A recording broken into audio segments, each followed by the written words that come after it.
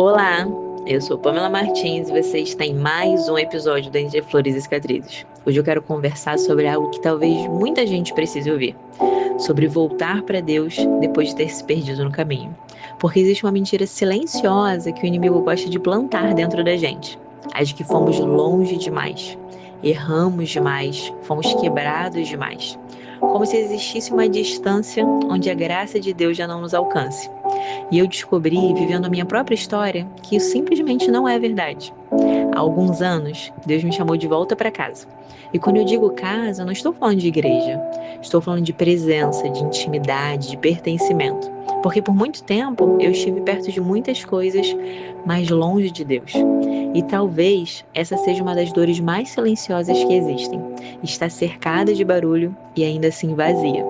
Eu conhecia sobre Deus, mas ainda não vivia profundamente com Ele. Eu orava, mas não me rendia.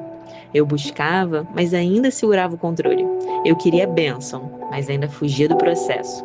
E no fundo, eu recarregava aquela velha mentira de que talvez eu tivesse ido longe demais, falhado demais, me perdido demais. Como se Jesus olhasse para alguém e dissesse: Você passou do limite. Mas Deus nunca disse isso. Nós é que dizemos. A culpa diz, a vergonha diz, o mundo diz. E por muito tempo eu acreditei. Mas recentemente, assistindo um vídeo de um rapaz contando que estava deixando a carreira no funk para entregar a vida dele completamente a Cristo, uma frase dele me atravessou. Ele disse: Não existe passado pesado demais que a luz de Cristo não possa iluminar. E aquilo me fez voltar no tempo, porque eu lembrei da mulher que eu fui, das vezes em que eu me perdi, dos lugares onde eu me diminuí, das escolhas erradas, das recaídas, das quedas que me fizeram pensar que talvez Deus estivesse cansado de mim. Mas Ele não estava, nunca esteve. E isso ainda me emociona profundamente, porque se dependesse da lógica humana, eu mesma já teria desistido de mim. Mas Deus não desistiu, pelo contrário, Ele continuou me chamando, continuou me corrigindo, continuou me esperando, continuou me amando, como o pai do filho pródigo.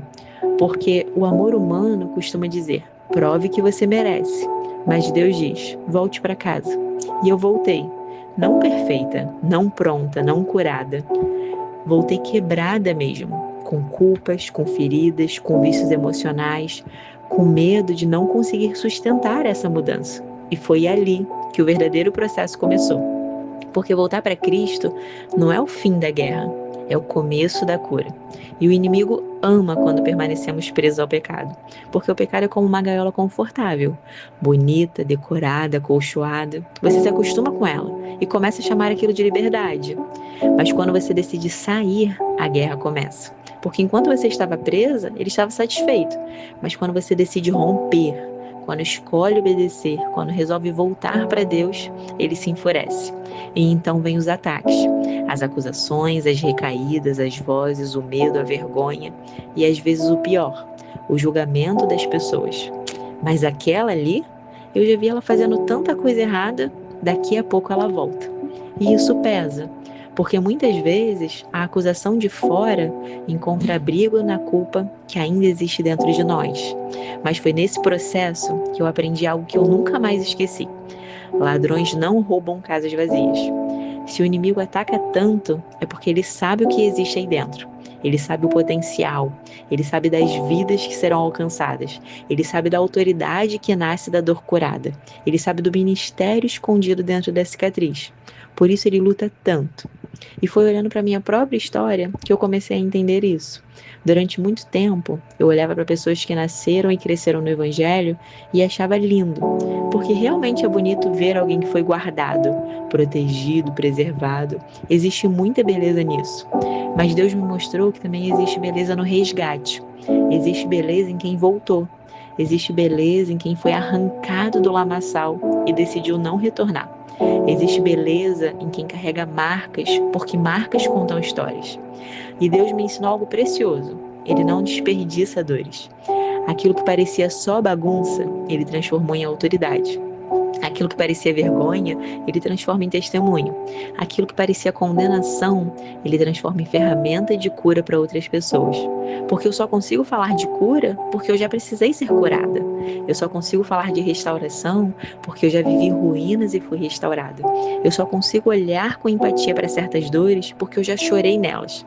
E existem feridas que só quem atravessou consegue tocar sem ferir. E isso não diminui quem nasceu no berço cristão. Cada testemunho carrega sua beleza. Mas existe algo muito poderoso quando Deus pega alguém improvável e transforma em evidência viva da graça. Quando Ele pega ruínas e faz altar. Quando Ele pega caos e faz propósito. Quando Ele pega alguém que o mundo olharia e diria improvável e responde: essa pessoa será um instrumento meu.